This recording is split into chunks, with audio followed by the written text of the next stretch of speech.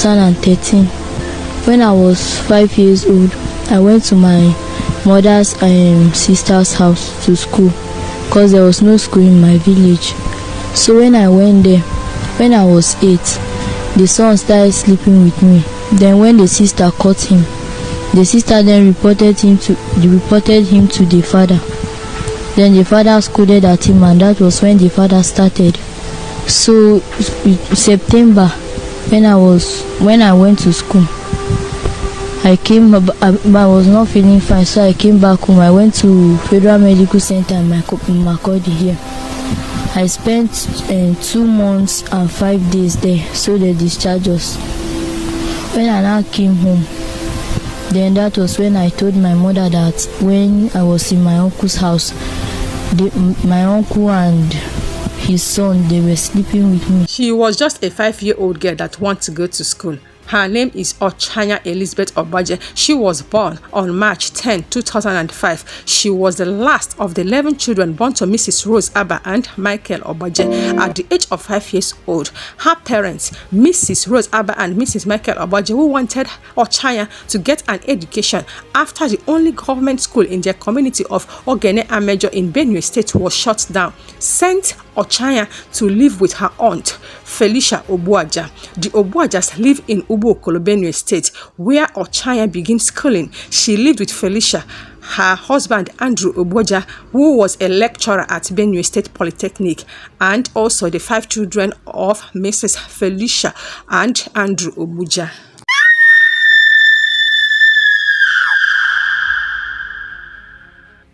Ladies and gentlemen,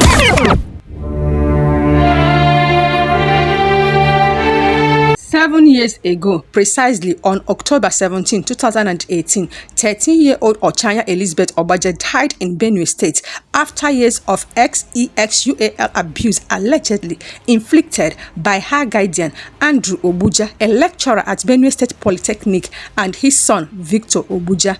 Her death was caused by viscovaginal fistula, VVF, a medical condition that causes urine and feces to leak from the vagina and the anus, which is commonly linked to prolonged child trauma. But in Ochanya's case, doctors confirmed it result from repeated XEXUAL assault. Today, both men, Andrew Obuja and his son, Victor Obuja, accused of abusing her, walk free. And Nigerians are now reviving the call for justice under the viral hashtag Justice for Ochanya. How it all started: Ochanya was born in the year 2005 in Ogene Amejo, Benue State, and was the youngest of 11 children. Oh my God. After the only primary school in the community of Ogene Amejo was shut down, the parents of Ochanya sent the 5-year-old Ochanya to live with her aunt, her maternal relative, Mrs. Felicia Obuja, in Boko to continue her education. Her parents hoped this arrangement would offer their daughter a better future. Instead, by the age of 8 years, Ochanya's life took a tragic turn. According to the court document and witness account, Ochanya was first abused by Victor Obuja, Felicia's son. His sister Winifred caught him and reported the incident to her father, Andrew Obuja, who simply scolded his son, Victor. Soon after, the father, a respected lecturer and a Catholic knight, allegedly joined his son in abusing Ochanya, and this lasted for years, up until her death by the year 2018. The prolonged assault had taken a severe toll. Ochanya began to pass urine and feces uncontrollably, forcing her to wear adult diapers for months. When her condition worsened, she was now moved from hospital to hospital, including the restorer of Part Care Foundation, where the owner of the health facility, Enuwa Margaret, began to investigate before she confirmed that her condition was caused by repeated XEXUAL violation through both V and A. Chanya said she's cold.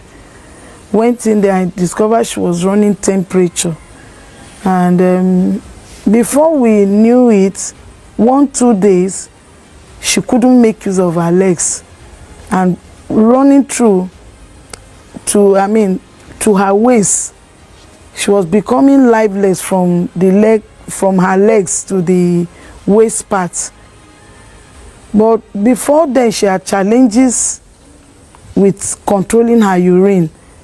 The mom told me before they moved her into this home that she also was passing stool uncontrollable. But when she came in, when we began to treat her, all of that came under control. Apart from the urine issues, all through her days with us, she was on dampers. Hospitals were not the only places Ochanya visited before her passing.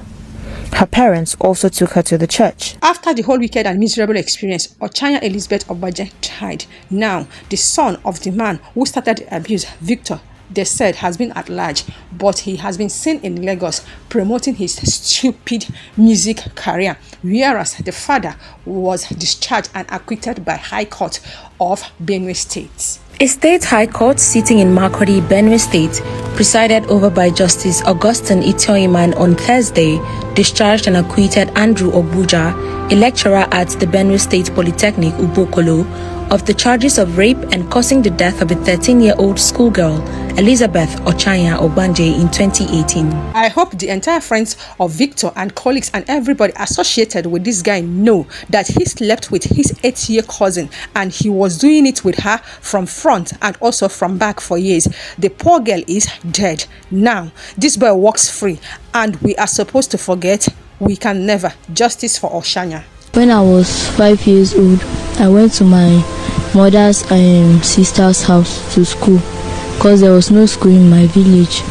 So when I went there, when I was 8, the son started sleeping with me. In the year 2018, a group of Nigerian women gathered at the Ministry of Justice in Abuja to demand justice for Ochanya, a 13-year-old girl who died after years of XAXUAL abuse by those meant to care for her. She had been living with her uncle Andrew Obuja and his son Victor Obuja, who were accused of repeatedly just her. Despite heavy public outcry and calls for accountability, the legal outcome was complex. In April 2022, a Benue State High Court acquitted Andrew Obuja of all charges related to rape and the death of the girl, citing the failures of the prosecution to prove its case. In a separate case of the Federal High Court in Makurdi, Felicia Ochanya Obuja, Andrew's wife and the girl's guardian, was convicted of criminal negligence for failing to protect the child. She was sentenced to 5 months imprisonment without an option of fine. Victor Obuja remains at large,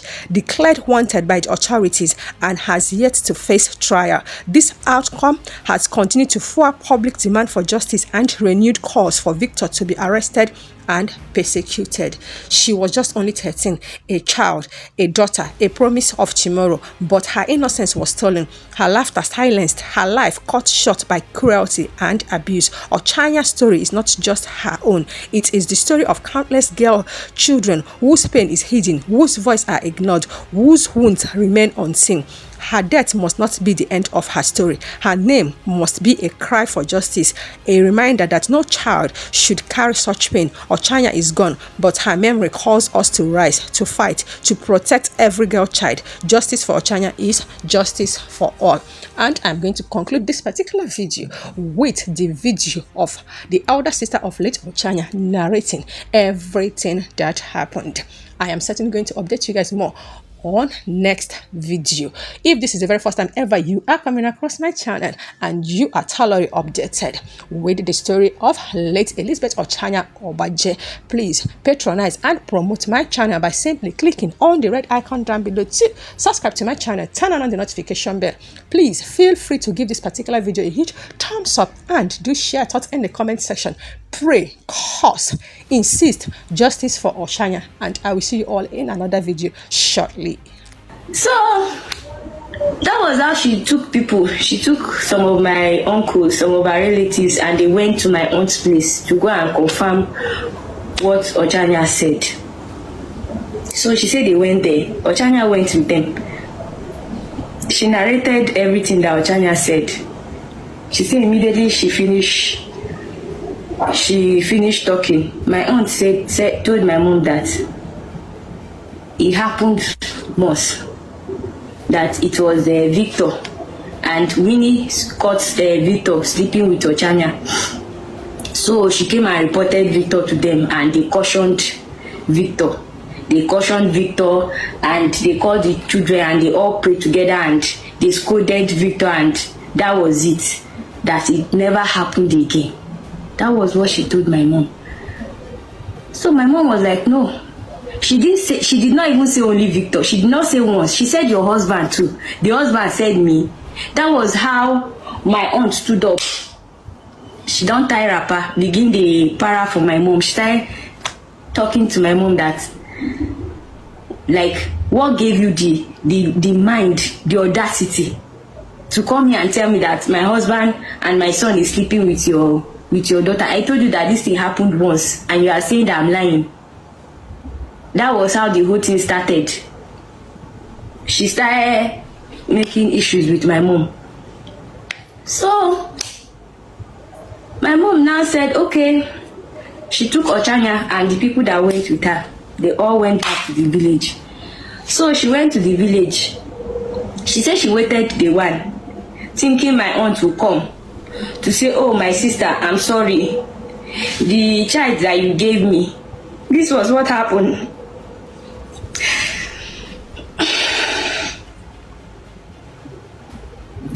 She said she was waiting for her. She waited for her to come and say and explain to her what really happened to Ochanya. But my aunt, she did not go. She was even angry that why would my mom even bother to ask or say that kind of a thing. So my mom now called my brother, the eldest brother in Abuja. She called him and explained everything to my brother that this is the situation. That was how the whole problem started. And that my brother, that one, he does not like trouble. He's a very gentle and quiet human being. But when it comes to injustice, it was my brother that involved NAPTIP. He called the police and they arrested the husband. Immediately they arrest the man. Now so the son run. He has been hiding since then. Then Ochanya was still alive when they arrested the man. And as they arrested him, before you know, those powerful men, they went and they brought him out. He was supposed to be in custody for questioning, and they didn't allow any of that to take place. They went and they brought him out sharp because they had all the connection and everything they think they need. So they brought him out. All this while that they took the case to court. Ochanya and my mom, they were going from the village to Makurdi, going here and there. In fact, they would have finished that case before Ochanya died, but they were dragging the issue until Ochanya died. So that was what happened. We were never aware. My mom used to visit Ochanya almost every 5 days. She used to visit her. But when she visits, the people, they are always around. So, and I know that there's no way she would have even told my mom. Because that kind of thing, how do you tell? I know very well that in her mind, she knew that nobody would believe her. Because of the way my mom worships these people, the way she talks about them. So there was no way she could have summoned that courage to tell her. She didn't say it. And I believe that it was because of that counsel that I gave Ochanya that made her summon that courage to open her mouth. So if not that I took Ochanya from my aunt's place, she would have died. Nobody would have known what killed my sister.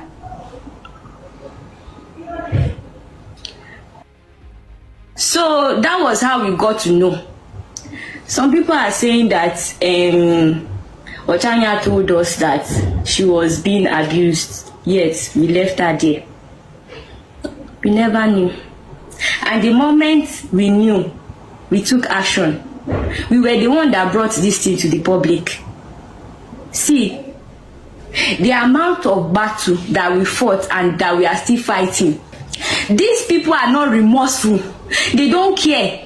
They are even saying that how are we, like, what audacity for us to come outside and open our mouth to call their name. They are not sorry. They are not sorry for what they did to my sister. A whole full human being wasted. You said nobody should ask you. So that was how the battle began till Ochanya died. So that was how it started, and the issue has been ongoing till, in fact, it took them 4 years after Ochanya's death for them to conclude the case.